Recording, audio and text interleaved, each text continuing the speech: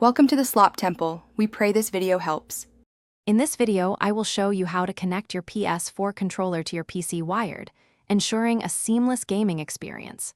First, gather your PlayStation 4 controller and a standard micro USB to USB cable, typically about 5 or 6 feet long.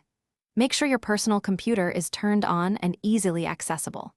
This simple preparation is the initial step, setting the stage for a straightforward connection process, getting you into your favorite games quickly and without fuss. Now, let's physically connect the devices. Find the small micro USB port located on the top edge of your PlayStation 4 controller, right between the triggers. Carefully insert the smaller end of your USB cable into this port, ensuring a snug fit. Then, take the larger USB end of the cable and plug it into any available USB port on your personal computer, whether it is on the front, back, or side. Once connected, your personal computer should automatically begin recognizing the PlayStation 4 controller. Windows usually handles this process seamlessly, installing the necessary generic drivers in the background.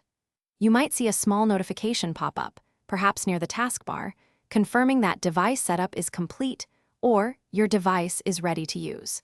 This automatic detection is incredibly convenient, saving you from manual driver installations. To confirm everything is working correctly, navigate to your personal computers, devices and printers, or Bluetooth and other devices settings. You should see your controller listed there, possibly as a wireless controller or HID-compliant game controller. For a more practical test, launch a game that offers controller support. Try moving the analog sticks and pressing buttons. You should observe immediate responses, indicating a successful connection and full functionality.